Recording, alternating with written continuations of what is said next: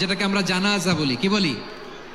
জানাজা মানে মাইয়েতের জন্য দোয়া, তার জন্য দোয়া করা হয়, তাকে একটা সিস্টেমেটিক অর্ডারে কবরে রাখা হয়, সুন্দরভাবে সেটাকে কবরস্থ করা হয়, মাটি দেয়া হয়, পানি দেয়া হয়। তার মানে মরে গেলেও মানুষের সম্মান বাড়ায় দিয়েছে কে? এজন্য আল্লাহ বললেন ওয়ালাকাদ কাররামনা বানি আদম, বনি আদমের সম্মান মর্যাদা আমি আল্লাহ বাড়িয়ে দিয়েছি। মানুষের সম্মানে তুমি কখনো আঘাত করো না, ঠিক কিনা? তাহলে ভাই, প্রথম মেসেজ হচ্ছে the first and foremost message tonight to the people of জাসর। আল্লাহ বলেন I have dignified the status of son of Adam. আমি বনি আদম সবার মর্যাদা বাড়িয়ে দিয়েছি, হোক আস্তিক নাস্তিক, হোক কাফের কিংবা মুশরিক, তার মর্যাদা বাড়াই দিছে কে? যখন বন্যা হয় আমরা ত্রাণ নিয়ে যাই, আমরা শুধু মুসলমানদেরকে ত্রাণ দেই নাকি? হ্যাঁ, আমরা মুসলমানকেও দেই, অমুসলমানকেও দেই, হিন্দুকেও দেই, বৌদ্ধকেও দেই। যেখানেই মানবতা বিপন্ন সেখানে ইসলামের হেল্পিং হ্যান্ড আছে না নাই? সুবহানাল্লাহ, কি দিন আমরা পেয়েছি, কি বিধান আমরা পেয়েছি। ওয়ালাকাদ কাররামনা বানি আদম, আমি বনি আদমকে সম্মানিত করেছি। এরপর আল্লাহ বললেন ওয়া হামালনাহুম ফিল বাররি ওয়াল বাহর, মানুষকে স্থলে এবং সমুদ্রে চলাচলের বাহন আমি দিয়েছি। স্থলে কিভাবে চলবে, জলে কিভাবে চলবে, এই বাহনের ব্যবস্থা করেছে কে? এই জেনজি, এই সামড়া, ইরাম করতেছো কিসের জন্য? হ্যাঁ, ইরাম করলে চলবি? হ্যাঁ, বস বস বস বস, আওয়াজ করতেছো কেন? দিবানা, কথা বলতে দিবানা আমাকে? তো এইটা বুঝি তোমাদের ভালোবাসার নমুনা? তোমাদের ভালোবাসার কারণে যদি আমি কোথাও দাঁড়াতেই না পারি, কোথাও বসতে না পারি, কোথাও দুটা কথা বলতে না পারি, এই ভালোবাসা দিয়ে কি হবে আমার? বরং ঘামতে ঘামতে ঘর্মাক্ত হব, রক্তাক্ত হব। কিন্তু সেন্ট্রাল থেকে, সেন্ট্রালি যে ইনস্ট্রাকশন আসবে, সেই ইনস্ট্রাকশনের এক চুল আমরা ডানে বায়ে যাব না। এইটা গণজাগরণের জন্য এইটা দরকার, ইসলামী বিপ্লবের জন্য এইটা দরকার। তো আধা ঘন্টা ধরে যদি তোমাদেরকে থামানোই না যায়, এই লস্কর দিয়ে আমি কি করব? আল্লাহর ওয়াস্তে নো নো নো স্লোগান, চুপচাপ একেবারে আমার দিকে তাকাও। আল্লাহ বললেন ওয়া হামালনাহুম ফিল বাররি ওয়াল বাহর, জলে স্থলে আমি চলাচলের যানবাহনের ব্যবস্থা করেছি। আমরা স্থলে ঘোড়ার উপরে চড়ি, ওটের উপরে চড়ি, গাড়ির উপরে চড়ি। এই যে গাড়ির ইঞ্জিন বানাইছি আমরা, এটার মেধা দিয়েছে কে? আবার সাগরের মধ্যে আমরা নৌযান, জলযান, বড় বড় জাহাজ দিয়ে এক মহাদেশ থেকে আরেক মহাদেশ যাই, এক দেশ থেকে মালামালগুলো আরেক দেশে পাঠাই। সাগরের ভেতরে নৌকাগুলোরে ধরে রাখলো কে? والفلك التي تجري في البحر بما ينفع الناس, মানুষের উপকার আছে এরকম সরঞ্জামাদি নিয়ে সাগরের উপরে বিশাল বিশাল জলযানগুলো চলে। এগুলো ডুবে যায় না, কাত হয়ে যায় না, পড়ে যায় না। এগুলোকে স্থিতিস্থাপকতাকে ঠিক করে রাখলো কে? আপনারা জাহাজ দেখেছেন? জাহাজ, হ্যাঁ, বাড়ি চট্টগ্রাম হইলে দেখতে পারতেন। দেখছেন? বিশাল বিশাল জাহাজ, বিশাল জাহাজ মালামাল নিয়ে এক মহাদেশ থেকে আরেক মহাদেশে যায়। গত মাসে আমার জাপান সফর ছিল। এই যে বাংলাদেশে যে গাড়িগুলো চালান, বেশিরভাগ গাড়ি আসে কিন্তু জাপান থেকে।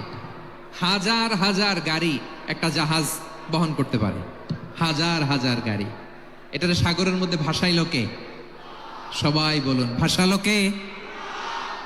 হাজার হাজার গাড়ি নিয়ে জাপানিজ গাড়িগুলো আমাদের চট্টগ্রামের এয়ারপোর্টের বন্দরে ভিড়ে।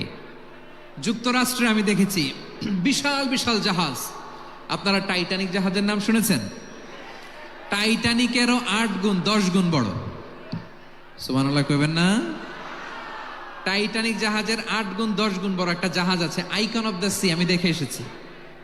রয়্যাল ক্যারিবিয়ান দেখে এসেছি। সাগরের সামনে জেটিতে যখন দাঁড়ালাম, জাহাজটা যখন যায়, আমার মনে হচ্ছে একটা শহর, গোটা শহর, the entire city is floating on the water. পুরো একটা শহর মনে হয় পানির উপর দিয়ে ভেসে যাচ্ছে। পড়েন সুবহানাল্লাহ। এই যে আইকন অফ দ্য সি, এই ক্রুজ, এই জাহাজটা, এটার ভিতরে স্টেডিয়াম আছে। কিসের ভিতরে স্টেডিয়াম? কথা বুঝে নাই বোধহয়। স্টেডিয়াম কিসের ভিতর? সুইমিং পুল আছে, শপিং মল আছে, রেস্টুরেন্ট আছে, ক্লাব আছে, 3000 4000 রুম বিশিষ্ট, কক্ষ বিশিষ্ট হোটেল আছে।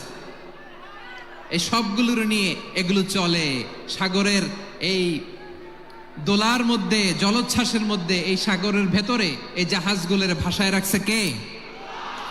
সূরাত আর-রহমান আল্লাহ তাআলা বললেন, ওয়ালাহুল জাওয়ারিল মুনশাআতু ফিল বাহরি কাল আ'লাম ফাবিআইয়ি আলা, সবাই পড়েন, ফাবিআইয়ি আলাই রাব্বিকুমা তুকাযিবান। পাহাড় সম বড় বড় জাহাজগুলো মাল বোঝাই করে সাগরের মধ্যে ভেসে বেড়ায়। এগুলো দিয়ে মালামাল বহন করা যায়, মানুষরা এক দেশ থেকে আরেক দেশে যায়। এই জাহাজগুলোরে সাগরের ভেতরে ভাসায় রাখলো কে? এই আয়াতের ভেতরে আল্লাহ তাআলা সূরাত বানী ইসরাঈলের এই চমৎকার আয়াতের ভেতরে আল্লাহ তাআলা বেসিকলি মানব জাতির প্রতি তার 4টি স্পেশাল অনুগ্রহের কথা বলেছেন। কয়টি? 2টা বলে ফেলছি। 1 নাম্বার, ওয়ালাকাদ কাররামনা বানি আদম, আমি বনি আদমের সম্মান বাড়াইছি। নাকি মুসলমানদের? নাকি মুসল্লিদের? কার সম্মান বাড়িয়েছি? বনি আদমের। তাহলে human dignity, the first part of the verse talks about the human dignity. 2 number অংশ আল্লাহ তাআলা বললেন, ওয়া হামালনাহুম ফিল বাররি ওয়াল বাহর, স্থলে এবং সমুদ্রে আমি তাদের জন্য চলাচলের বাহন দিয়েছি। সুবহানাল্লাহ। তার মানে smooth movement on land and sea, জলে এবং স্থলে যাতে আমরা স্মুথলি মুভ করতে পারি আল্লাহ তাআলা দিয়েছেন। 3 নাম্বার আল্লাহ তাআলা বললেন, ওয়া রাযাকনাহুম মিনাত তাইয়্যিবাত, মানুষের জন্য আমি পবিত্র রিজিকের ব্যবস্থা করেছি। জলে এবং স্থলে যত প্রাণী আছে সবগুলা প্রাণীকে রিজিক দেয় কে? আমাদেরকে রিজিক দেয় কে? সাগরের মাছগুলোকে, বড় বড় তিমি মাছগুলোরে রিজিক দেয় কে? বাতাসের মধ্যে ভেসে বেড়ানো বড় বড় পাখিগুলো, স্ক্যান্ডিনেভিয়ান কান্ট্রি থেকে লক্ষ লক্ষ কোটি কোটি পাখিগুলো যে এক দেশ থেকে আরেক দেশে ট্রান্সফার হয়, এগুলোর রিজিক দেয় কে? রব্বুল আলামিন বলেন, ওয়ামা মিন দাব্বাতিন ফিল আরদি ইল্লা আলাল্লাহি রিজকুহা ওয়া ইয়ালামু মুস্তাকাররাহা ওয়া মুস্তাওদাআহা কুল্লুম ফি কিতাবিম মুবিন। আল্লাহু আকবার। রব্বুল আলামিন বলেন, ভূপৃষ্ঠে বিচরণশীল যত প্রাণী আছে সব প্রাণীগুলোকে আমি আল্লাহ আমার নিজের কুদরতে রিজিকের বন্দোবস্ত করি। এই প্রাণীগুলো কোথায় থাকে, কোথায় যায়, সব জায়গায় আমি রিজিক পৌঁছে দেই। রিজিক কেউ দিতে পারে না, রিজিকের মালিক কে? রিজিকের মালিক তিনি আল্লাহ। এজন্য আল্লাহ তাআলা বললেন, ওয়া রাযাকনাহুম মিনাত তাইয়্যিবাত। এরপর আল্লাহ বললেন, ওয়া ফাদ্দালনাহুম আলা কাসীরিম মিম্মান খালাকনা তাফদীলা। আমি যত প্রাণী সৃষ্টি করেছি সকল প্রাণীর মধ্যে মানুষের মর্যাদা, শ্রেষ্ঠত্ব আমি দিয়েছি। সুবহানাল্লাহ পড়েন। তাহলে 1 নম্বরে আল্লাহ বললেন, আমি বনি আদমের মর্যাদা বাড়ালাম। এরপরে বললেন, স্থলে এবং সমুদ্রে চলাচলের জন্য যানবাহন দিলাম। 3 নম্বরে আল্লাহ বললেন, পবিত্র রিজিকের ব্যবস্থা করে দিলাম। এরপরে আল্লাহ বললেন, যত প্রাণী আছে, সৃষ্টি আছে, সবগুলার উপরে আমি মানুষকে শ্রেষ্ঠত্ব দিলাম। সুবহানাল্লাহ। তাহলে সবচেয়ে বেশি শ্রেষ্ঠত্ব মানুষের। কার? মানুষের। শুধু তাই নয় প্রিয় ভাইরা, আকাশ এবং জমিনে যা কিছু আছে সবকিছু মানুষের জন্য, মানুষের কল্যাণে, মানুষের প্রয়োজনে, মানুষের বশীভূত করে সৃষ্টি করেছেন কে?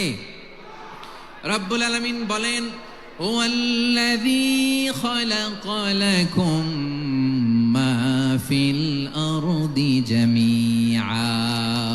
এই জমিনের মধ্যে যা কিছু আমি আল্লাহ সৃষ্টি করেছি সব কিছু আমি মানুষের জন্য সৃষ্টি করেছি। পড়েন সুবহানাল্লাহ। হুয়াল্লাযী খালাকা লাকুম মা ফিল আরদি জামিআ, যা আছে সব আমাদের জন্য, সব আমাদেরকে সার্ভিস দেওয়ার জন্য, আমাদের উপকারের জন্য, আমাদের কল্যাণের জন্য। আওয়াজ করে সবাই পড়ুন আল্লাহু আকবার। অন্য আয়াতে আল্লাহ বললেন, ওয়াসাখখারা লাকুম ما في السماوات وما في الأرض جميعا من إن في ذلك لآيات لقوم يتفكرون.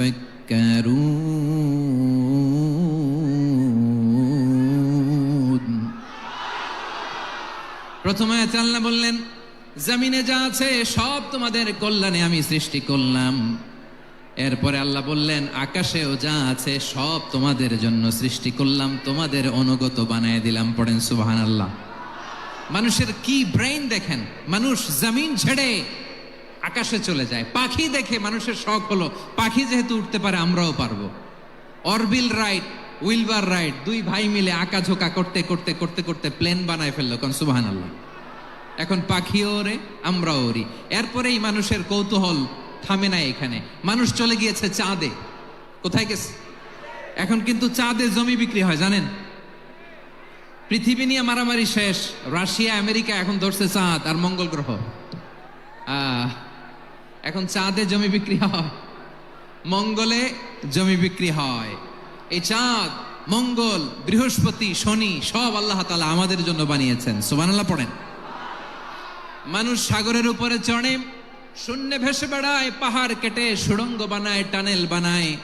মানুষ ব্রডব্যান্ডের লাইন নিয়ে যায় সাগরের ভেতর দিয়ে, এক দেশ থেকে আরেক দেশে, এক মহাদেশ থেকে আরেক মহাদেশে। সুবহানাল্লাহ পড়েন।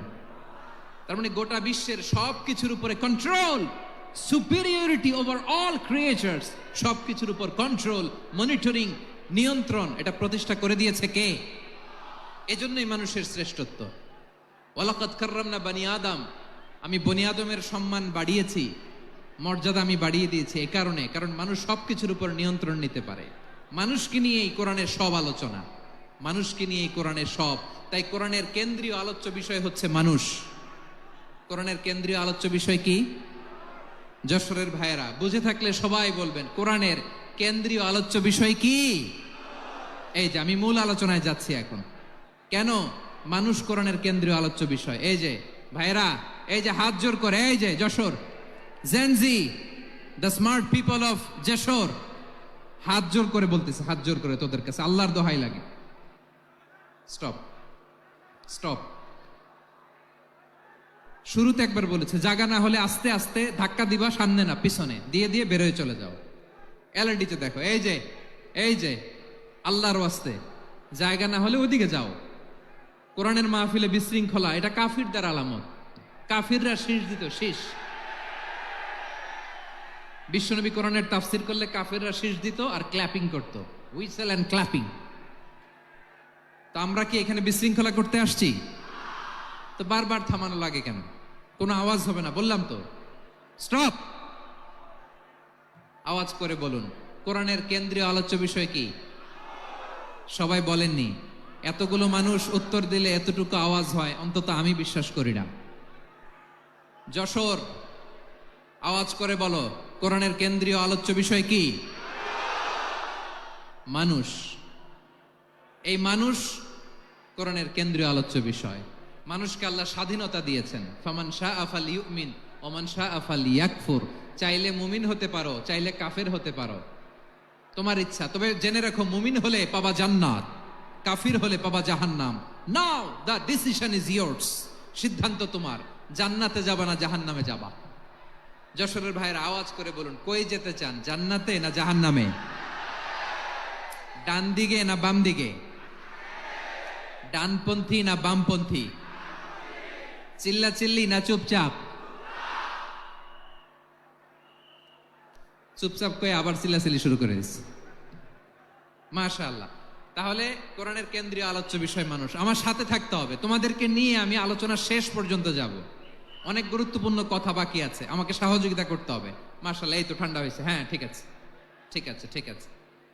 মানুষকে আল্লাহ এত স্বাধীনতা দিয়েছেন, মানুষ চাইলে অনেক ভালো হইতে পারে। ভালোর রাস্তাও খোলা, খারাপ হওয়ার রাস্তাও খোলা। ভালো হইলে মানুষ অনেক ভালো, খারাপ হইলে অনেক খারাপ। ভালো হইলে সবচেয়ে ভালো, খারাপ হইলে সবচেয়ে খারাপ। এজন্য সিদ্ধান্ত আপনাকে নিতে হবে। আল্লাহ তাআলা বলছেন লাকাদ খালাকনাল ইনসানা ফি আহসানি তাকওয়িম সুম্মা সুম্মা রাদাদনাহু আসফালা সাফিলিন। আমি মানুষকে অনেক সুন্দর অবয়বে, সুন্দর আকৃতিতে সৃষ্টি করেছি। তার শুধু চেহারার ডিজাইনটাই সুন্দর নয়, তার ব্রেনটা বড্ড সুন্দর, তার মানসিকতা বড্ড সুন্দর, তার সৃজনশীলতা বড্ড সুন্দর। পড়েন সুবহানাল্লাহ। আমাদের চেহারা, অবয়ব, ডিজাইন যে সুন্দর তা না, আমাদের ব্রেনটা অনেক সফিস্টিকেটেড ব্রেন, অনেক সফিস্টিকেটেড। এই 1.5 কেজি ব্রেন ইউজ করে মানুষ গোটা বিশ্ব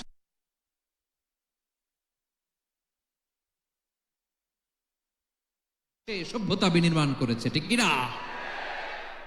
এই ব্রেন আল্লাহ তাআলা আমাকে দিয়েছে।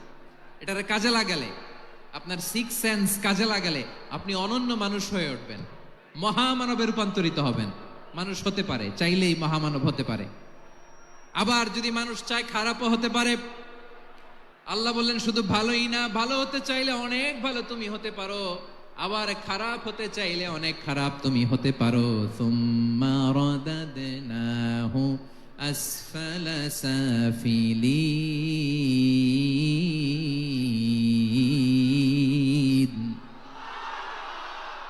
খারাপ হলে একেবারে খারাপ হতে পারো, নিকৃষ্ট হলে একেবারে নিকৃষ্ট হতে পারো, ভালো হলেও ভালো হতে পারো। কোন সুবহানাল্লাহ।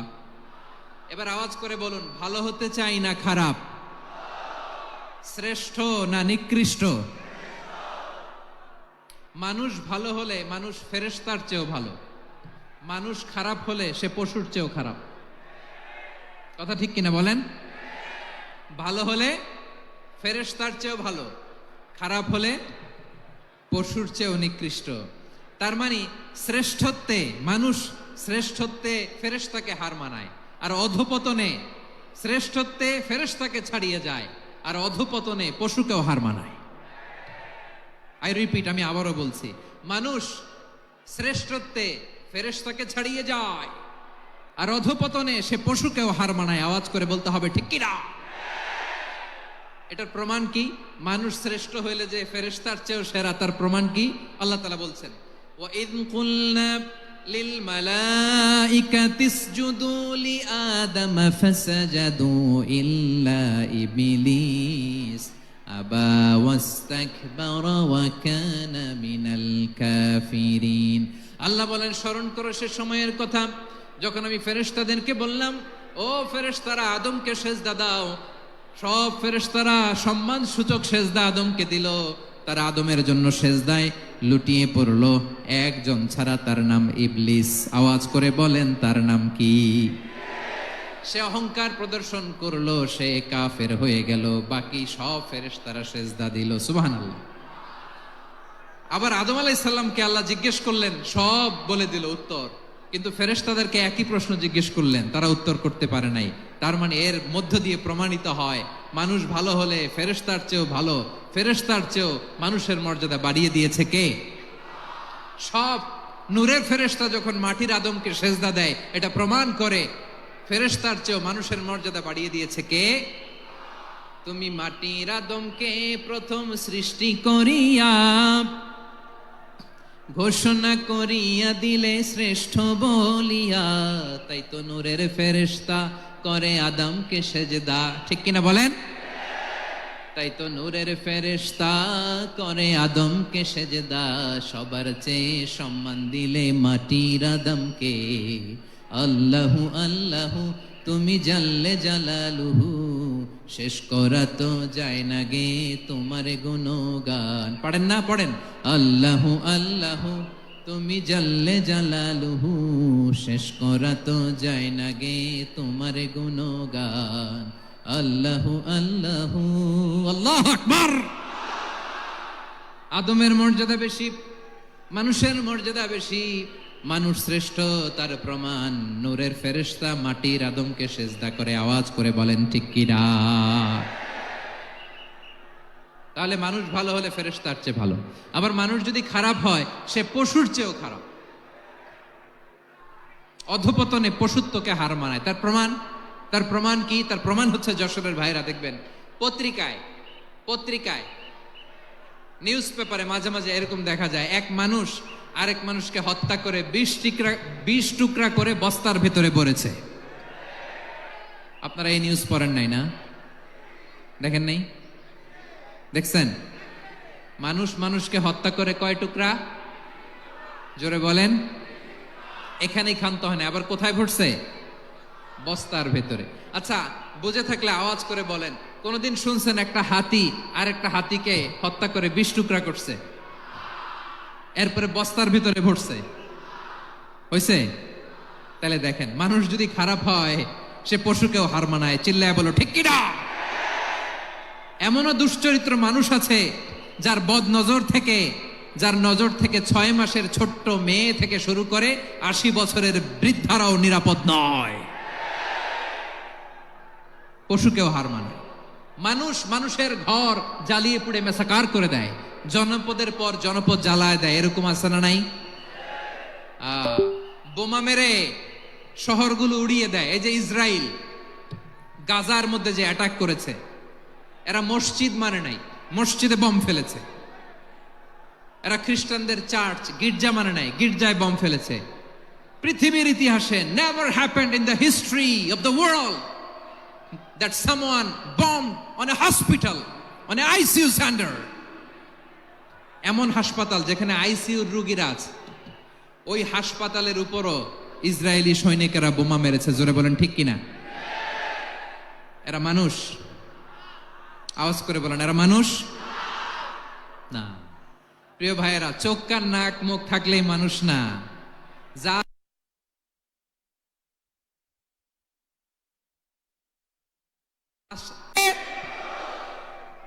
এই দুনিয়া এখন তো আর সেই দুনিয়া নাই, মানুষ নামের মানুষ আছে, দুনিয়া বোঝাই, সেই মানুষের ভিড়ে আমার আসল মানুষ নাই। ঠিক কিনা? আসল মানুষের বড্ড অভাব, আসল মানুষের বড্ড অভাব। আমার ভাইয়েরা, মানুষ খারাপ হলে পশুকেও হার মানায়। আচ্ছা, আওয়াজ করে বলেন, এই যশোরের ছেলেরা এদিক তাকাও, আওয়াজ করে বলো, যে ইসরায়েলি সোলজাররা উপর থেকে বোমা মারল, তারাও মানুষ? তারাও কি? ওরাও রক্তে মাংসে মানুষ, ওদেরও পরিবার আছে।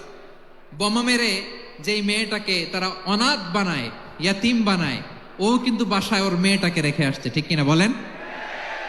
বম্বিং করে যে বাবাকে মেরে, স্বামীকে মেরে স্ত্রীকে বিধবা বানায়, তারও ঘরে স্ত্রী আছে।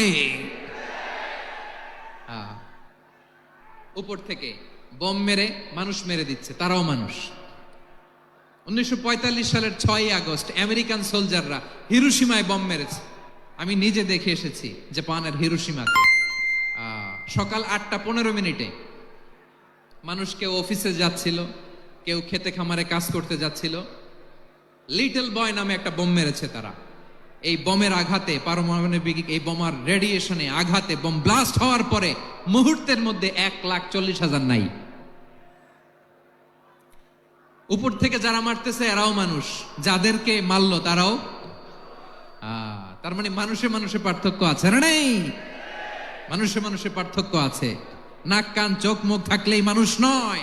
বাড়ছে জনসংখ্যা, কমছে মানুষ। চিল্লায় বলো ঠিক কিনা? তাহলে আমরা বুঝলাম, মানুষ ভালো হলে অনেক ভালো, খারাপ হলে অনেক খারাপ। ও আমার কলিজার টুকরা যশোরের ভাইয়েরা, আসুন না 3 দিন ব্যাপী এই তাফসিরুল কোরআনের ঐতিহাসিক প্রোগ্রাম থেকে আমরা সিদ্ধান্ত নেই, আমরা ভালো মানুষ হব নাকি খারাপ মানুষ হব? কলিজা থেকে, প্রাণ থেকে আওয়াজ করে সবাই বলুন, ভালো মানুষ নাকি খারাপ মানুষ? ভালো মানুষ হইতে হবে।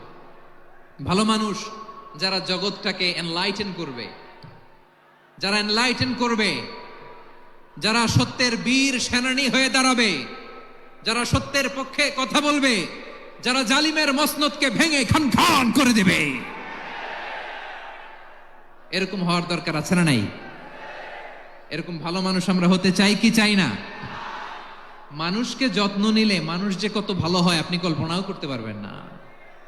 এই যে আপনাদের যশোরে যে ভালো ছেলেগুলো আছে, যে ভালো তরুণগুলো আছে, যে যুবকগুলো আছে, যে ভালো আলেমরা আছে, ভালো নেতারা আছে, সবাই যদি তাদের মতো হতো, পুরো যশোরটা একটা জান্নাতের টুকরা হয়ে যেত। আওয়াজ করে বলেন ঠিক কিনা?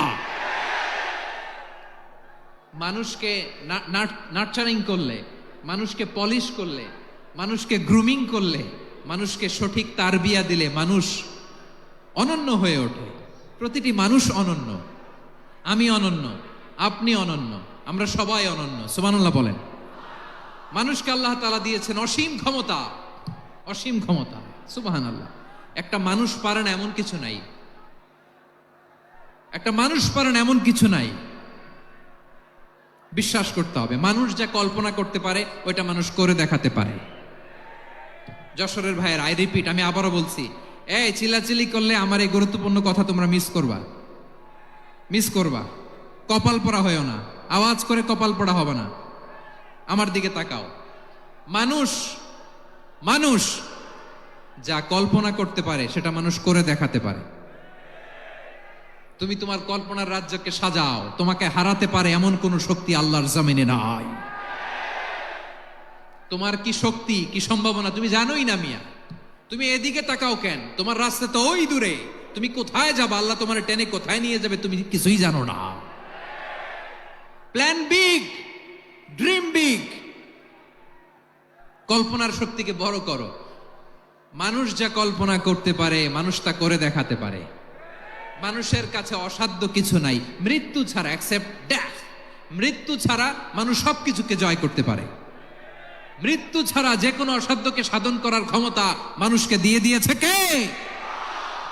হারার জন্য তোমার জন্মই হয় নাই, তোমার জন্ম হয়েছে জিতার জন্য, বিজয়ের জন্য তোমার জন্ম। মানুষের শুরুটাই হয় বিজয় দিয়ে। যশোর, আওয়াজ করে বলো, মানুষের শুরু হয় কি দিয়ে? আমরা যখন আমার পিতার পৃষ্ঠদেশে ছিলাম, পিতার পৃষ্ঠদেশ থেকে শুক্রাণু যখন মায়ের গর্ভদেশে যেয়ে পড়ে, কতটা শুক্রাণু ভ্রমণ শুরু করে জানো? 20 কোটি শুক্রাণু। একবার সিমেন আউট হলে সেখানে 20 কোটি শুক্রাণু থাকে, ভ্রমণ শুরু করে। ওই 20 কোটি শুক্রাণুর মধ্যে থেকে তুমি আমি আজকে এক বিকশিত শুক্রাণু মানব রূপে পৃথিবীতে এসেছি। সুবহানাল্লাহ। ওই 20 কোটি শুক্রাণুর প্রতিযোগিতায় সবাই রে পেছনে ফেলে সেদিন আমি সফল হয়েছিলাম, সেদিন আমি বিজয়ী হয়েছিলাম। সেদিন আমি এত ছোট ছিলাম, মাইক্রোস্কোপ দিয়েও আমার অস্তিত্ব পাওয়া যায়। আমি এত তুচ্ছ ছিলাম, নগণ্য ছিলাম। আমার কান ছিল না, আমার চোখ ছিল না, আমার হাত ছিল না, আমার জন্য রিকমেন্ডেশন করার মতো মামু ছিল না, খালা ছিল না, কেউ ছিল না। তারপরেও ওই প্রতিযোগিতায়, ওই কম্পিটিশনে যখন আমারে কেউ হারাতে পারে নাই, আল্লাহর জমিনেও আমারে কেউ হারাতে পারে না। হারার জন্য তোমার জন্মই হয় নাই, তুমি আসছোই জিতার জন্য। সুবহানাল্লাহ। বিশ্বনবী বলেন, আন্নাসু মাআদিন কামাআদিনিয যাহাবি ওয়াল ফিদ্দা খিয়ারুহুম ফিল জাহিলিয়াতি খিয়ারুহুম ফিল ইসলাম। Peoples are like mines of gold and silver. সোনার খনি, রূপার খনি, এর চেয়েও বড় খনি হচ্ছে এই মানব সম্পদের খনি। আওয়াজ করে বলেন আল্লাহু আকবার। আল্লাহ তাআলা এই সম্পদ আমাদেরকে দিয়েছে। বিশ্বনবী বলেন, মানুষ হচ্ছে খনির মতো। খিয়ারুহুম ফিল জাহিলিয়াতি খিয়ারুহুম ফিল ইসলাম। জাহিলি যুগে যারা সেরা, ইসলামেও তারা সেরা। ইদা ফাকুহু, যদি তারা বুঝবান হয় তাহলে তাদেরকে সেরা বানায় দিবে কে? তাহলে মানুষের চেয়ে সেরা কেউ হতে পারে? মানুষের চেয়ে অনন্য কেউ হতে পারে? মানুষকে কেউ হারাতে পারে? আওয়াজ করে বলো, তোমাকে কেউ হারাতে পারবে? এই সাহস জাগছে আজকের আলোচনা থেকে। আমি তুমি অনন্য, আমাকে তোমাকে হারায় দেওয়া এত সহজ না, ঠিক কিনা? একটা কথা জীবনের সাথে সেট করে নিতে হবে, আমি জিতি নয় শিখি, আমি কখনো হারি না। জীবনের সাথে সেট করে নাও, জেনজি অফ যশোর, আমি কখনো হারি না, আমি হয় জিতি নয় শিখি। চিল্লায় বলো ঠিক কিনা? আমি কখনো হারি না, আমার হারানো এত সোজা না। কি সাহস জাগছে? বুকে সাহস জাগছে? তাকবীর পড়ো, লিল্লাহে তাকবীর। তাহলে বিশ্বনবী বলেন, নাসু মাআদিন, মানুষ হচ্ছে খনি। এই ধাক্কা ধাক্কি, আমি জানি এগুলো ভালোবাসার ধাক্কা ধাক্কি, এজন্য আমি সহ্য করে নেই। এগুলো যে ভালোবাসার ধাক্কা ধাক্কি এটা আমরা বুঝি। পৃথিবীর কোন আইন, সিকিউরিটি প্রটোকল দিয়ে এটারে মানানো যাবে না, কারণ এটা তো ভালোবাসা, লাভ। লাভ কোনো আইন কানুন দিয়ে বাধা যায় না, মানানো যায় না, ঠিক কিনা বলো?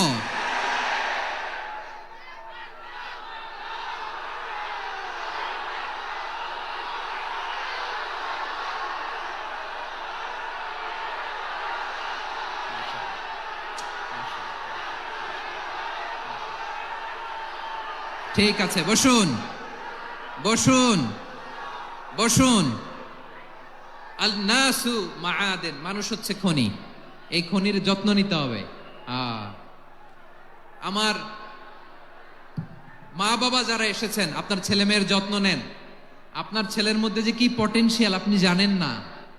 আপনার এই ছোট্ট অবুজ ছেলেটাই আগামী দিনের শায়েখ আহমদুল্লাহ হবে। আপনার হেফজখানায় পড়া ওই ছোট্ট ছেলেটাই আগামী দিনের আল্লামা মামুনুল হক হবে। আপনার ওই ছেলেটা আমির হামজা হবে, আব্দুল হাই সাইফুল্লাহ হবে। এভাবে বড় বড় আলেম হবে, তারা যুগশ্রেষ্ঠ আলেম হবে। সেই একদিন এই বাংলাদেশের পার্লামেন্টে যে বক্তব্য দিয়ে যশোরের পক্ষে কথা বলবে। আপনি জানেন না, কাউকে ছোট করবেন না আপনি, ওর কনফিডেন্স আপনি কমাবেন না, আপনি কমাতে পারেন না। প্যান্ডেলে আমার যে মা বোনেরা আছেন, ছেলে মেয়েদেরকে কখনো ছোট করে কথা বলবেন না। ও যে কোথায় যাবে আপনি জানেন না, আপনি মা হয়ে তাকে সাহস দিবেন, তার কল্পনার জগৎটাকে সাজাতে তাকে উৎসাহিত করবেন, ঠিক কিনা বলেন?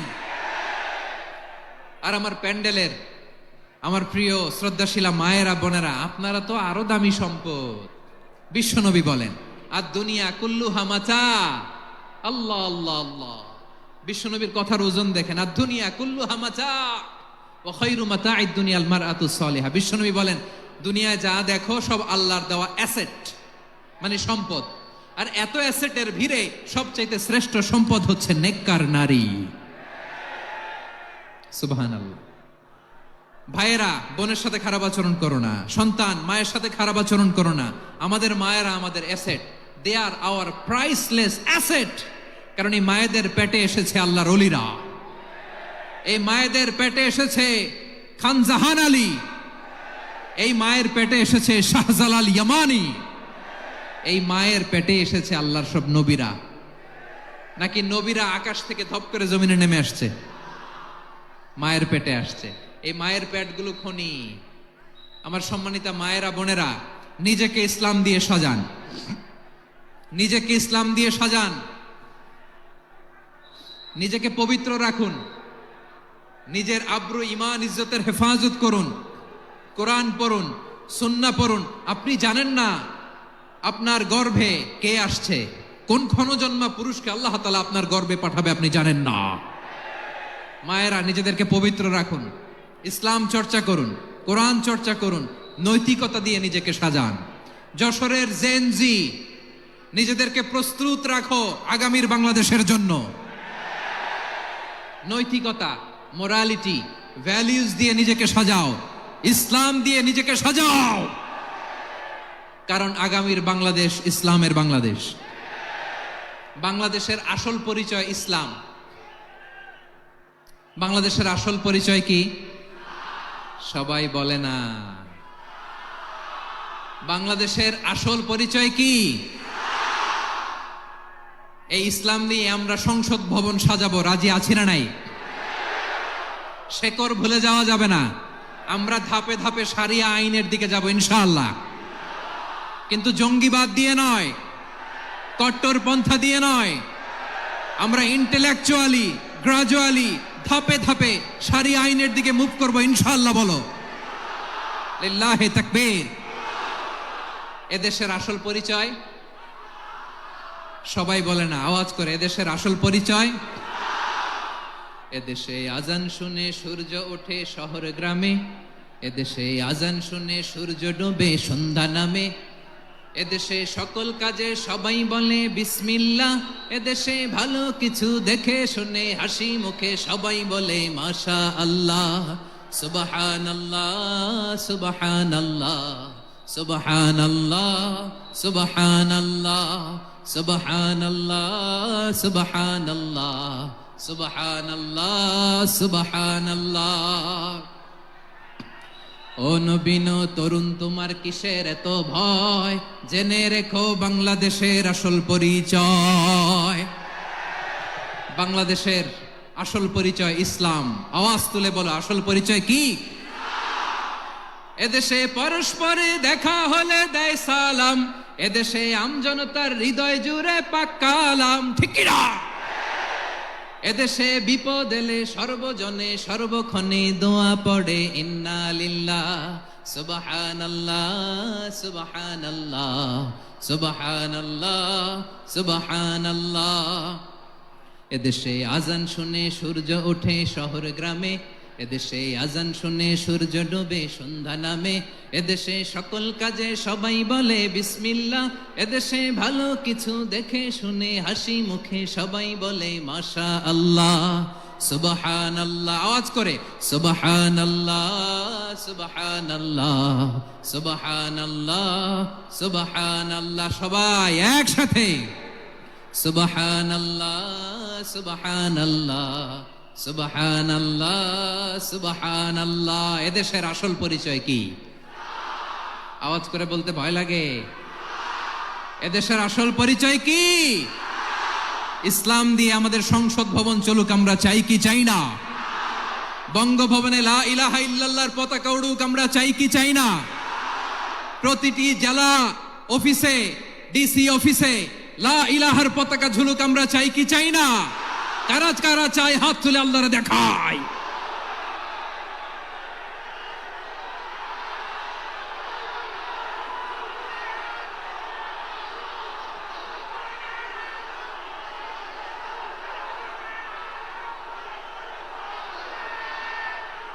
মাশাআল্লাহ মাশাআল্লাহ মাশাআল্লাহ মাশাআল্লাহ।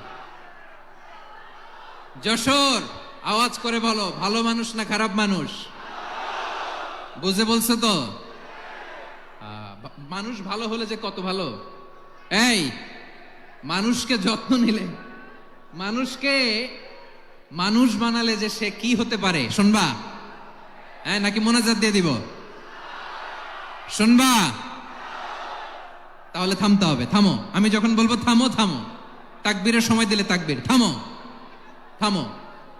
মানুষকে যত্ন নিলে, এই এদিকে এদিকে, ড্রোন নামায় ফেলো। হয়েছে, ড্রোনের ফুটেজ হয়ে গেছে, এবার ড্রোন নামায় ফেলো। আমার দিকে তাকাও। মানুষকে, তোমরা এদিক সেদিক তাকালে তো গুরুত্বপূর্ণ পয়েন্ট মিস হয়ে যাবে। এদিকে এদিকে, হ্যাঁ মাস ঠিক আছে, এদিকে। মানুষকে যত্ন নিলে মানুষের মধ্যে যারা কি পটেনশিয়াল রেখেছে। আমি জাপানের দুইটা উদাহরণ দেই। জাপানের, এই এই এভাবে এভাবে হবে, হয় বসো নয় পেছনে, কথা নাই। কথা তো বলাই যাবে না, হারাম কথা বলা। আজকে একেবারে চুপ। আজকের জন্য হারাম করে দিছে আমি, এই কিছু সময়ের জন্য একেবারে নিষিদ্ধ। জাপানের দুইটা উদাহরণ দেই, খেয়াল করে একটু শুনেন, বুঝবেন।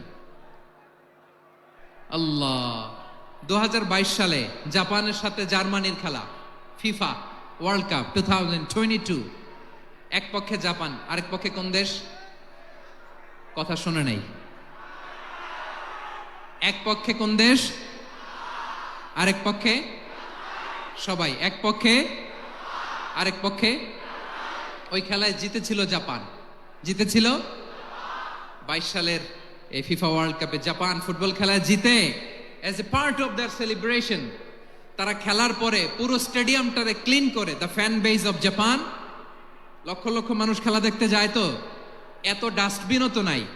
তো যারা ডাস্টবিনে জায়গা পায় নাই, তারা এই যে চকলেটের প্যাকেট, পানির বোতল, চিপসের প্যাকেট তারা এদিকে সেদিকে রেখে দিয়েছে। জাপানের ভক্তরা, জাপানের ফলোয়াররা, as a part of their celebration তারা খেলার পরে পুরো স্টেডিয়ামের সব ময়লা আবর্জনা ক্লিন করে তারপরে বিদায় নিয়েছে। তাদেরকে কি ক্লিন করার দায়িত্ব দেয়া হয়েছিল? এই যশোর, জাপানের যে ছেলেরা খেলা দেখতে গেছিল ওদেরকে কি ক্লিন করার দায়িত্ব দিছিল? তারা কি স্টেডিয়ামের পরিচ্ছন্নতা কর্মী? তাদের আকল, তাদের সিক্স সেন্স তাদেরকে বলেছে। ছোটবেলা থেকে জাপান গভর্নমেন্ট ওদেরকে এত পরিচ্ছন্নতা শেখায়, ক্লিনলিনেস অ্যাওয়ারনেস ক্যাম্পেইন করায়।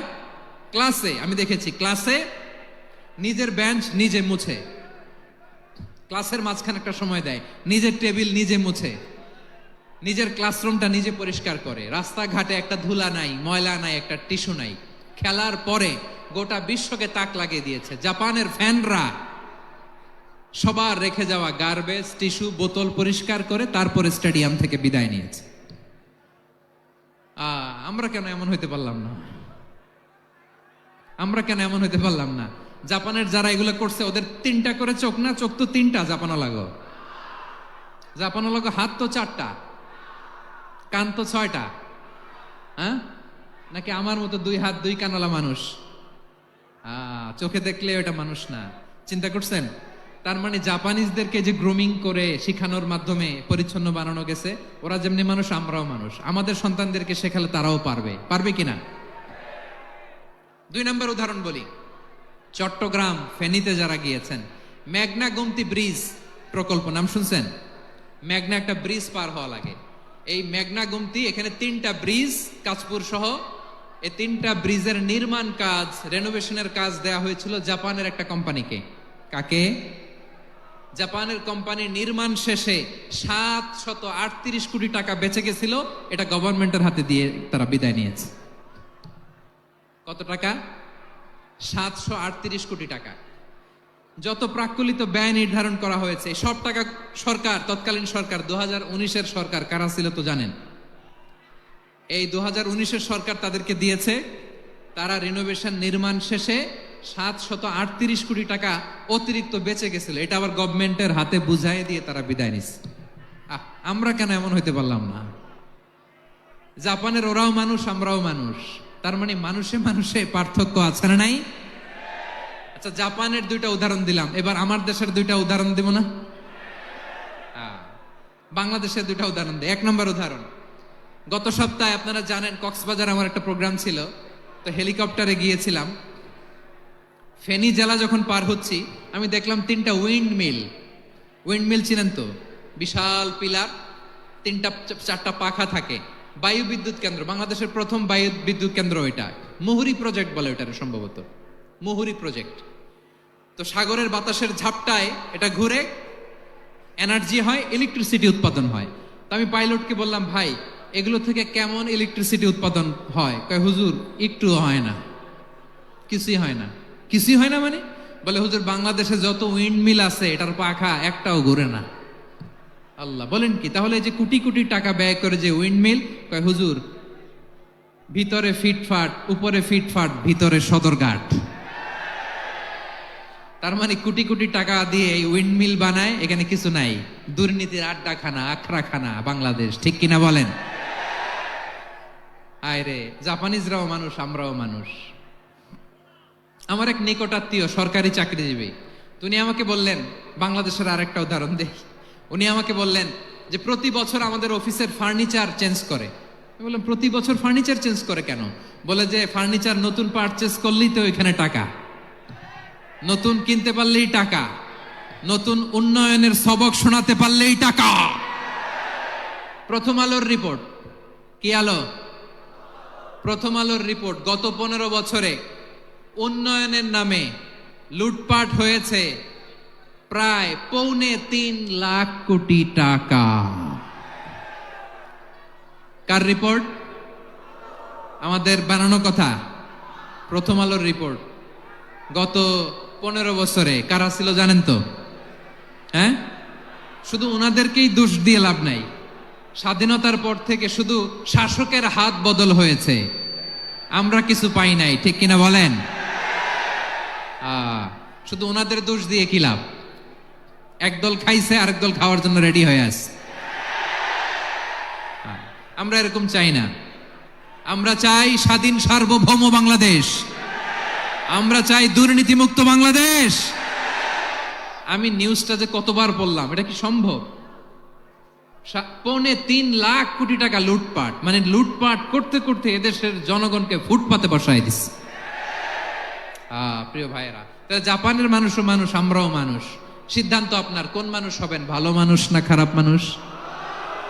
আজকের আলোচনার বিষয় হচ্ছে মানব সম্পদের উন্নয়ন, human resource development. It's a process to increase the capacity of knowledge, skill, capacity of the people of a country. একটা দেশের মানুষের জ্ঞান, তাদের দক্ষতা কি করে বাড়ানো যায়, বাড়িয়ে দেশের উন্নয়ন করানো যায়, এটাই হচ্ছে মানব সম্পদ উন্নয়নের মূল কথা। তাহলে মানব সম্পদ হচ্ছে একটা দেশের সবচাইতে শক্তিশালী পুঁজি। প্রাকৃতিক সম্পদ, খনিজ সম্পদের চেয়েও দামি হচ্ছে মানব সম্পদ। আমার প্রিয় যশোর, প্রাকৃতিক সম্পদ, খনিজ সম্পদের চেয়ে দামি সম্পদ কি সম্পদ? আল্লাহ তাআলা দয়া করে আমাদেরকে এই মানব সম্পদ দিয়েছেন। আসুন আমাদের এই মানুষগুলোকে আমরা সোনার মানুষ বানাই। রাজি আছেন তো সবাই? রাজি আছেন? মানুষ পারে না এমন কোনো কিছু নাই, চাইলে সব পারে। এজন্য মানুষকে তারবিয়া দিতে হবে, যথাযথভাবে তাদেরকে গড়তে হবে। আসুন আমরা সিরাতের আয়নায় বিশ্বনবীর জীবনী থেকে দেখি তিনি কিভাবে হিউম্যান রিসোর্সকে ম্যানেজ করতেন। যদি আপনাদের সময় হয় দু একটা উদাহরণ দিয়ে আজকে আমি আমার আলোচনার বিদায় নিব। হবে সময় হবে কয়েক মিনিট? হ্যাঁ, শান্ত থাকবেন তো? শান্ত থাকবা? হ্যাঁ ঠিক আছে। এই ধাক্কার মধ্যে ঢুকছে, এবার মজা বুঝতেছো তো? হ্যাঁ মানা করছিলাম না? ঠিক আছে, টের পাও। হ্যাঁ ঠিক আছে। যে আওয়াজ করবে আমি ওকে দেখতেছি, কে কে আওয়াজ করে দেখতেছি। শেষ কথা, শেষের দিকে চলে আসছি। বিষ্ণু ইসলাম কিভাবে হিউম্যান রিসোর্সকে ম্যানেজ করতেন, মজার কথা আছে কয়েকটা, বলে বিদায় নিব।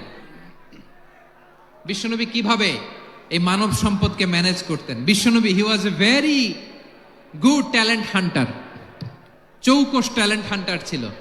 কার মধ্যে কি ট্যালেন্ট আছে দেখলেই বুঝে ফেলতেন। সুবহানাল্লাহ পড়বেন না? কি নবী আমরা পেয়েছি! He was a very good talent hunter. আমার নবী তিনি চৌকস ট্যালেন্ট হান্টার ছিলেন। কার মধ্যে কি প্রতিভা বের করতেন, ওই প্রতিভাকে ইসলামের কল্যাণে কাজে লাগাতেন। সুবহানাল্লাহ বলেন। যাকে যেই জায়গায় সেট করলে ভালো হবে তাকে ওই জায়গায় সেট করতেন। কয়েকজন সাহাবীর জীবনী শোনাই। আবু মাহজুরা রাদিয়াল্লাহু তাআলা আনহু, মক্কার মুয়াজ্জিন, আগে ছিল মুশরিক, পরে হয়েছে মুমিন। উনি কিভাবে মুমিন হইলেন এই ঘটনাটা একটু আপনাদের শোনাতে চাই। তো আপনাদের তো সময় নাই হাতে, হ্যাঁ সময় আছে? এই জেনজি শেষ করে দিল আজকের প্রোগ্রামটা।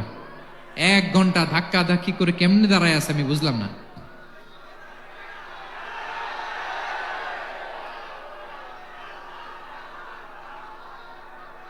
না না তাকবিন না, চুপ করতে হবে। What I need you stop, just shut up, চুপ। হ্যাঁ ঠিক আছে, এভাবে। আবু মাহজুরা রাদিয়াল্লাহু তাআলা আনহু কিভাবে মুসলিম হলেন আওয়াজ করে শুনেন। হুনাইনের যুদ্ধ 8ম হিজরি, বিষ্ণু ইসলাম হুনাইনের যুদ্ধ শেষে ফিরতেছেন।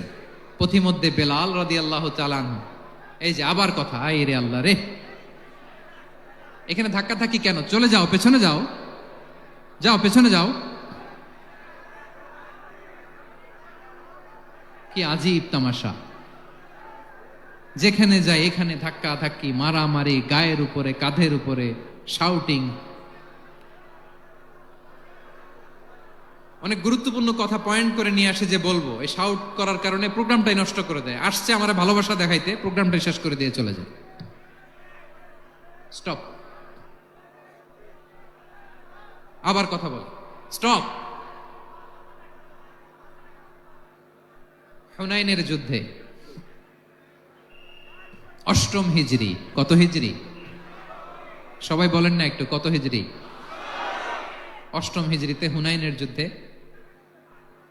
রাসূল সাল্লাল্লাহু আলাইহি ওয়াসাল্লাম ফিরে আসতেছেন মদিনায়। পথিমধ্যে বেলাল রাদিয়াল্লাহু তাআলা আনহু আজান দিচ্ছেন। কি দিচ্ছেন? তো পাশে ছিল মুশরিকদের একটা পল্লী, কিছু মুশরিক তরুণ, কিছু অমুসলিম কিশোর, তারা আজানকে ব্যঙ্গ করতেছে। আমাদের বাংলায় মুখ ভেঙ্গানো বলে আর কি।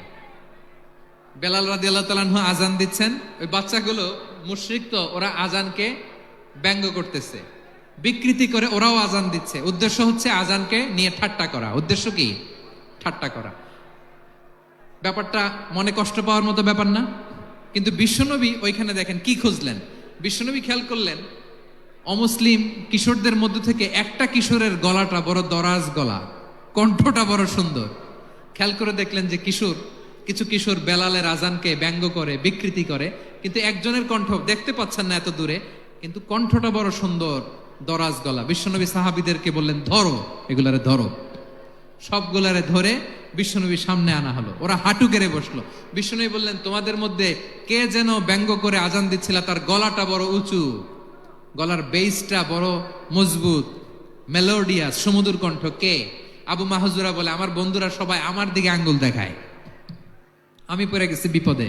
রাসূল সাল্লাল্লাহু আলাইহি ওয়াসাল্লাম বাকি অমুসলিম তরুণদেরকে ছেড়ে দিলেন, বললেন তোমরা যাও। এবার আবু মাহজুরারে পাইছে। আবু মাহজুরার চুলের মধ্যে হাত দিলেন বিশ্বনবী, মাথায় হাত দিয়ে বললেন, এবার আজান দাও দেখি। আবু মাহজুরা বলে, আমি তো আজান দিতে জানি না, কারণ আমি তো বেলালেরটা শুইনা শুইনা দিছি, আমার তো মুখস্থ নাই, আমি তো আজান দিতে জানি না। বিষ্ণু বললেন, জানো না, তাহলে আসো আমি তোমারে শিখাই দেই। সুবহানাল্লাহ পড়ে। আবু মাহজুরা হাঁটু গেড়ে বসে বিশ্বনবীর মোবারক হাত আবু মাহজুরার চুলের মধ্যে।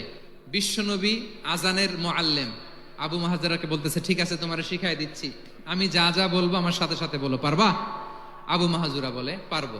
বিশ্বনবী আজান দিচ্ছেন মাথায় হাত দিয়ে, আল্লাহু আকবার, আল্লাহু আকবার। আবু মাহজুরা এই বাক্যটা পড়লেন। বিশ্বনবী দ্বিতীয় বাক্য পড়তে আরম্ভ করলেন, আল্লাহু আকবার, আল্লাহু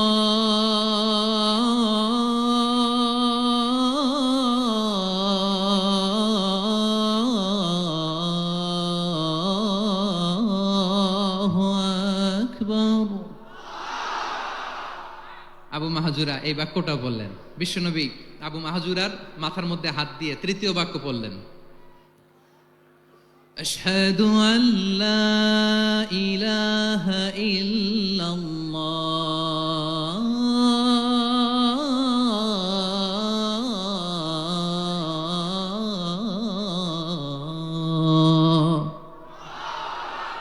আবু মাহজুরা তৃতীয় বাক্য পড়লেন। বিশ্বনবী একটা বাক্য পরে আবু মাহজুরা পরে, বিশ্বনবী পরে আবু মাহজুরা পরে। আবু মাহজুরা কিন্তু অমুসলিম, মুশরিক। আবু মাহজুরা বলে, এক একটা বাক্য পড়ি আমার কলিজাটা গলে ঠান্ডা হয়ে যায়।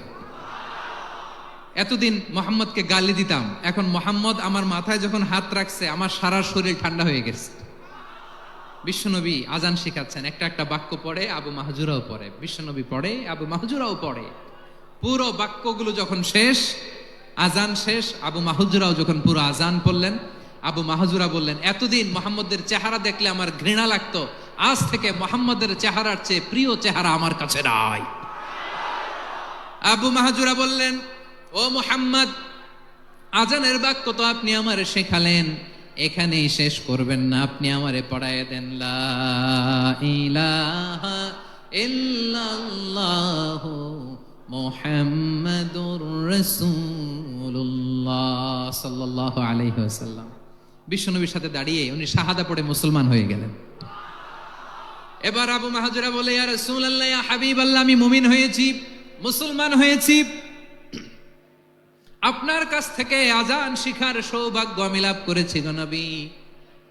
আমার কণ্ঠের বড় তারিফ করেছেন আপনি, আমার আজানকে আপনি পছন্দ করেছেন। একটা জিনিস আপনার কাছে চাই, আপনি আমাকে মক্কার মসজিদুল হারামের মুয়াজ্জিন হিসেবে অ্যাপয়েন্ট করে দেন। বিষ্ণু ইসা ইসলাম বললেন, যাও আবু মাহজুরা, আমি তোমাকে পৃথিবীর শ্রেষ্ঠতম মসজিদ মক্কার মসজিদুল হারামের মুয়াজ্জিন হিসেবে অ্যাপয়েন্ট করে দিলাম। দেখছেন কিভাবে ট্যালেন্ট হান্টিং করতে হয়, কিভাবে হিউম্যান রিসোর্স মানব সম্পদকে ব্যবহার করতে হয়। আসছিল আজানকে ভেঙাইতে, আসছিল কেন? আজানকে ব্যঙ্গ করার জন্য, বিকৃত করার জন্য। আজানকে বিকৃত করতে যে ইসলামের সবচেয়ে শ্রেষ্ঠ মসজিদের মুয়াজ্জিন হয়ে গেল। পড়েন সুবহানাল্লাহ।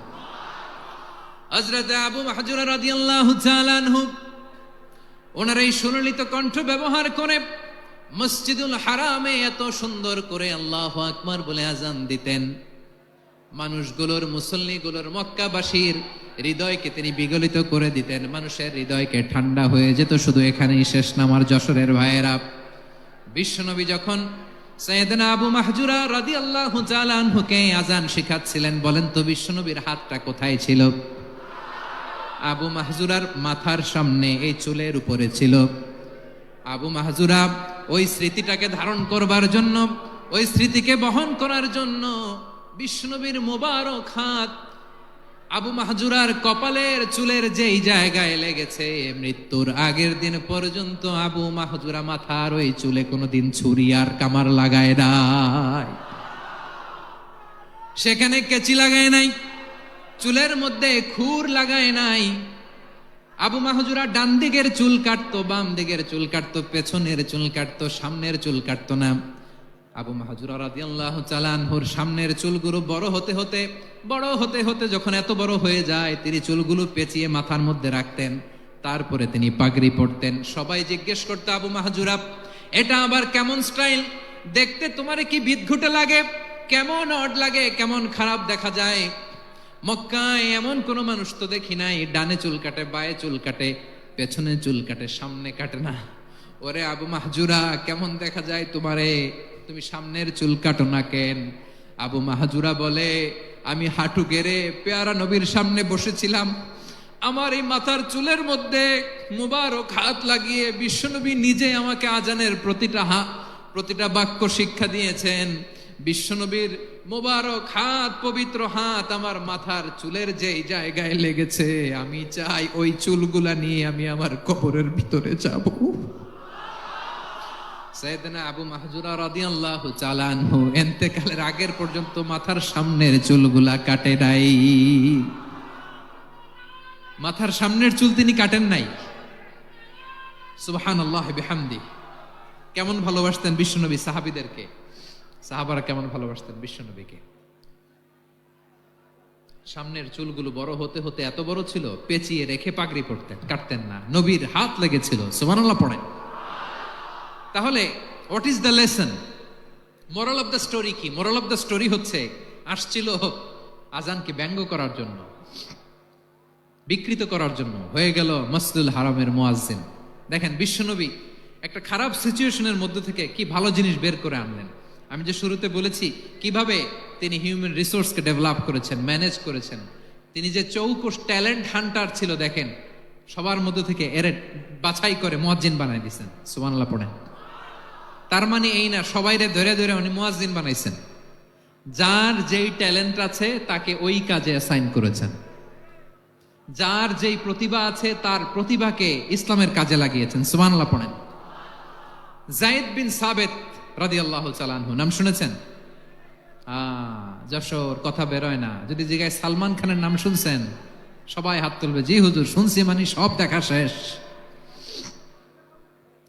সালমান খান, আমির খান, অমুক খান, সব খান মুখস্থ, কিন্তু যায়েদ বিন সাবিতের নাম মুখস্থ নাই মুসলমানদের। যে সাহাবী মাথার সামনের চুল কাটে নাই,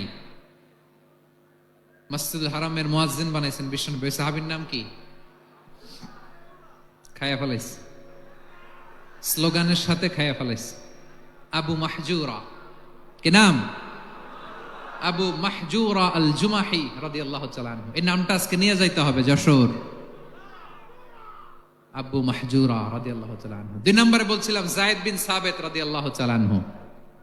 বিশ্বনবী দেখলেন মদিনার এই আনসারী সাহাবী হাইলি ট্যালেন্টেড, ইন্টেলেকচুয়াল, মেরিটোরিয়াস, জ্ঞানের প্রতি তার আকর্ষণ, মারাত্মক আকর্ষণ। বিশ্বনবী তাকে দায়িত্ব দিলেন, কোরআন যা নাজিল হয় তুমি লিখো, কাতিবুল ওয়াহি বানায় দিলেন। সুবহানাল্লাহ। যায়েদ বিন সাবিতরে আবার আজান শিখান নাই, কারণ তার মধ্যে বিশ্বনবী প্রতিভা দেখেছেন, একাডেমিক প্রতিভা। বিশ্বনবীর একাডেমিক প্রজেক্টগুলো তিনি হ্যান্ডেল করতেন। যায়েদ বিন সাবিত ছিল বিশ্বনবীর ব্যক্তিগত সচিব। কি ছিল? ব্যক্তিগত সচিব। বোঝেন নাই? বিশ্বনবীর ব্যক্তিগত সচিব এবং দোভাষী। ইহুদিরা কিছু লিখে দিলে এটার অর্থ বিশ্বনবীরে বুঝায় দিতেন, আবার ইহুদিদের কাছে কিছু লিখতে হলে তিনি লিখে দিতেন। বিশ্বনবী একদিন বললেন, ইন্নী ওয়াল্লাহি মা আমানু ইয়াহুদা আলা কিতাব। ইহুদিরা যে চিঠি পাঠায় অর্থ তো বুঝি না, আরেক ইহুদি আইনে অর্থ করা লাগে। আবার ইহুদিদের কাছে কিছু লিখে পাঠাইতে চাইলে আমরা তো লিখতে পারি না, ইহুদিরে দিয়ে লেখা লাগে। ওরা যে পয়রা শোনায় লিখে দেয়, আমি ওদের বিশ্বাস করি না। আমার নিজের একজন লোক দরকার। বিশ্বনবী এই যায়েদ বিন সাবিতকে চুজ করলেন ল্যাঙ্গুয়েজের জন্য। উনি বললেন, যায়েদ তোমার সফট স্কিলকে ডেভেলপ করতে হবে, তুমি হিব্রু ল্যাঙ্গুয়েজ শিখে ফেলো। যায়েদ বিন সাবিত বলল, বিশ্বনবীর মোটিভেশন আর ইন্সপিরেশন পেয়ে আমি 15 দিনে ইহুদিদের এই হিব্রু ল্যাঙ্গুয়েজ শিখে ফেললাম। শুধু শিখে ফেললাম না, হাত্তা হাদিকতু, even I became master in the language. এই ভাষা আমি পারদর্শী হয়ে গেলাম।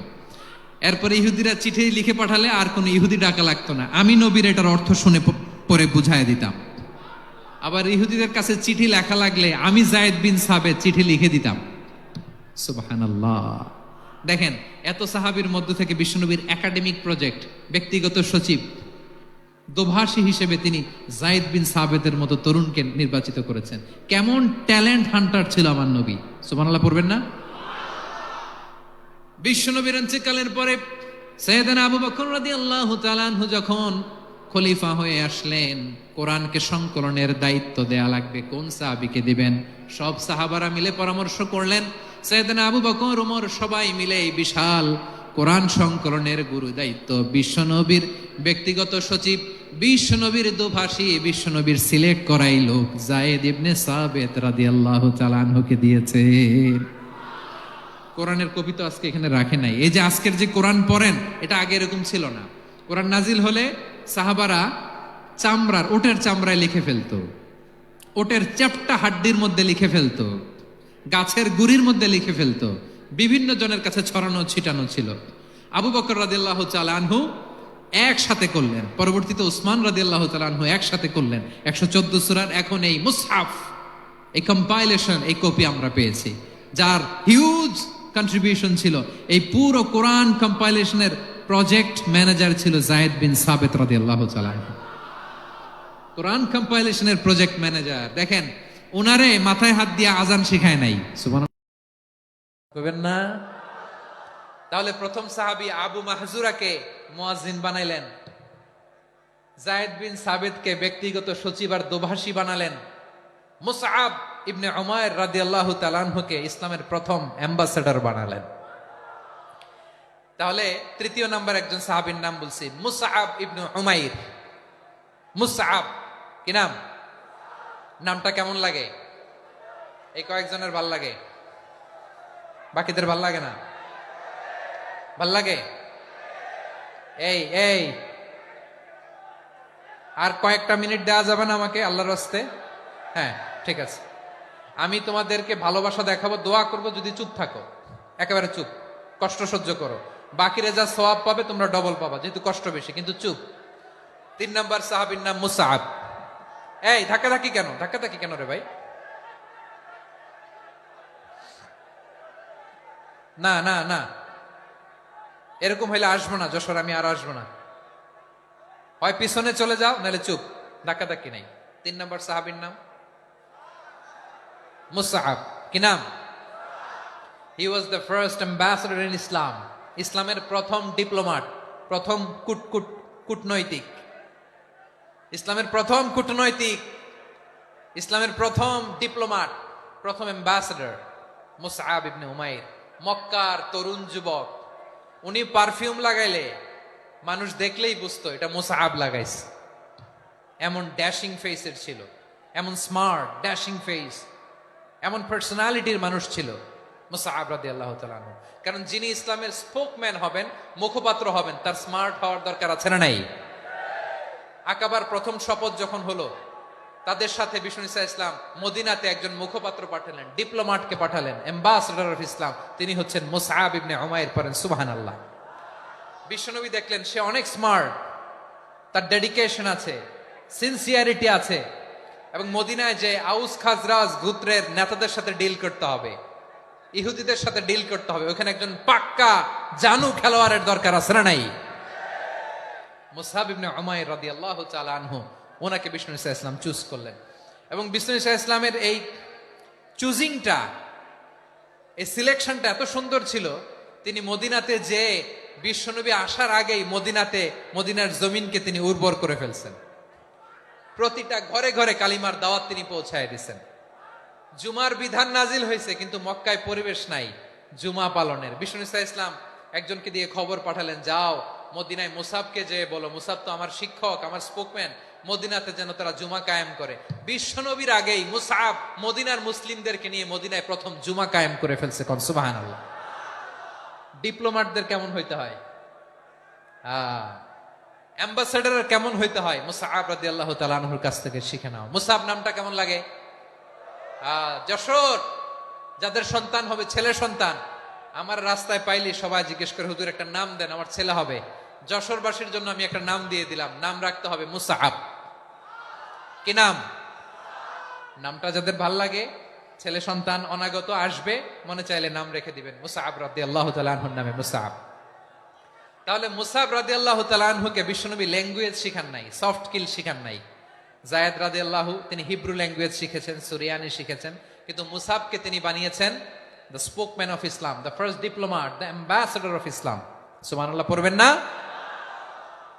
আব্দুল্লাহ ইবনে আব্বাস রাদিয়াল্লাহু তাআলা আনহু বিশ্বনবীর কাজিন, চাচাতো ভাই। আবার মাইমুনা রাদিয়াল্লাহু তাআলা আনহু, মাইমুনা নবীর স্ত্রী, তিনি ছিলেন আব্দুল্লাহর আপন খালা। তো নবীর বউ যদি ওনার খালা হয়, নবী তার কি? বুঝে নাই, নবী তার কি?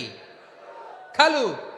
তাহলে সম্পর্ক অনেক গভীর, কাজিন আবার খালু, ছোট্ট মানুষ, তাই রাতে মাঝে মাঝে ঘরে থাকতো।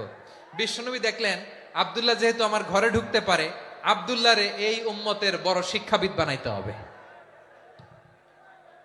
কথা বোঝে নাই? আব্দুল্লাহকে কি বানাইতে হবে? শিক্ষাবিদ, এডুকেটর অফ দিস উম্মাহ, এই উম্মার শিক্ষাবিদ বানাইতে হবে। তাই আব্দুল্লাহ ইবনে আব্বাসকে বিশ্বনবী হাতে কলমে শিক্ষা দিয়েছেন। আহারে, আর এরপরে যে কি ভাষা আসবে তোমাদের জন্য আমার মুখ থেকে আমি নিজেও জানি না, আমি নিজেও জানি না। 1 ঘন্টা যাবত ধাক্কা ধাক্কি মারামারি। তো আসতে বলছে কে তোমাকে? পেছনে চলে যাও, জায়গা না পেলে। পুরো প্রোগ্রামটাই নষ্ট করে দিল।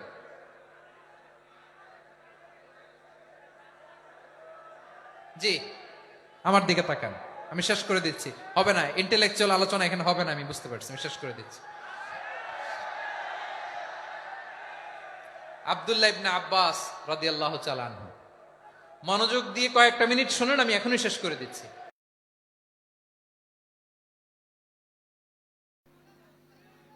এগুলো কি আমি বুঝলাম না। আমি বললাম না সব করা যাবে, বসে যাও, শুয়ে যাও, চলে যাও, আওয়াজ করা যাবে না। অন্যকে বসো এটাও বলার দরকার নাই, জাস্ট এদিকে তাকাও। আল্লাহ। আব্দুল্লাহ ইবনে আব্বাস রাদিয়াল্লাহু তাআলা আনহু, ওনাকে বিশ্বনবী হাতে কলমে শিক্ষা দিয়েছেন, যেহেতু উম্মতের শিক্ষাবিদ হবেন, এডুকেটর হবেন। তো বিশ্বনবী রাতে যখন তাহাজ্জুদ পড়তেন, ছোট্ট আব্দুল্লাহ ঘরে থাকতো। বুঝতে পেরেছেন? ছোট্ট মানুষ তো ঘরে থাকতো। তো বিশ্বনবী তাহাজ্জুদের জন্য একবার দাঁড়িয়েছেন, ছোট্ট আব্দুল্লাহ ওযু করে দাঁড়াইছে। আচ্ছা বলেন তো, ইমাম আর মুসল্লি মোট যদি 2 জন হয়, একজন ইমাম একজন মুসল্লি, তো মুসল্লি ইমামের কোন দিকে দাঁড়াবে? ডানে দাঁড়াবে। ছোট্ট আব্দুল্লাহ বোঝে নাই, বিশ্বনবী তাহাজ্জুদ শুরু করেছেন, উনি একতেদা করছেন আর দাঁড়াইছেন বায়ে। কোথায় দাঁড়িয়েছেন?